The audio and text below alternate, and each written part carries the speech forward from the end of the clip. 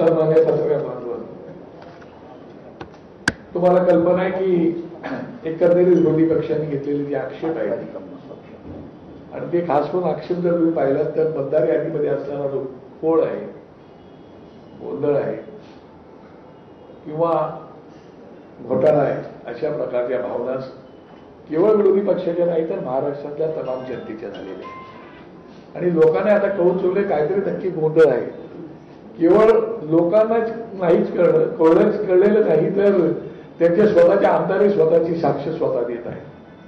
आणि म्हणून सामान्य लोकांना या बाबतीमध्ये विश्वास निर्माण व्हावा की निवडणूक आयोग हा उत्तम प्रकारे काम करतोय, त्याची विश्वासार्हता राहिली पाहिजे. ती विश्वासार्हता नाही राहिलेली आणि त्याच्यामुळे निवडणूक आयोगाला काही आम्ही निवेदनं दिली होती, पत्रही दिलं होतं.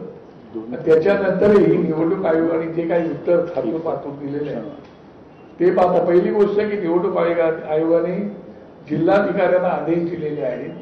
निवडणूक याद्या तपासण्याचा याचा अर्थ निवडणूक आयोगाने हे मान्य केले की काहीतरी घोळ झालेला आहे.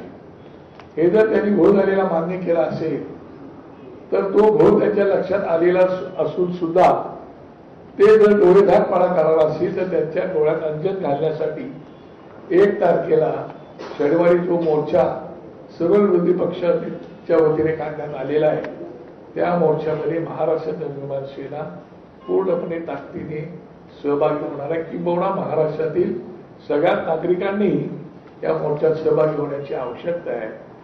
तुम्हाला कल्पना असेल का त्या 2 निवडणूक आयुक्तांना भेटल्यानंतर पत्रकार परिषद झाली होती. त्या पत्रकार परिषदेत आणि निवडणूक आयोगासमोर सुद्धा सर्वच सन्माननीय नेते मंडळींनी आपापल्या भूमिका अत्यंत स्पष्टपणे मांडल्या होत्या.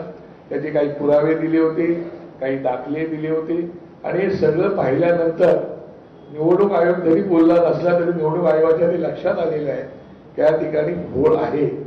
आणि म्हणूनच हा पब्लिक क्राय लोकांच्या वतीनेच आम्ही 1 तारखेला हा मोर्चा काढणार आहोत. त्यासाठी आज आम्ही सगळं एकत्रितपणे येऊन लोकशाही वाचली पाहिजे आमच्यासाठी फार महत्वाचं आहे.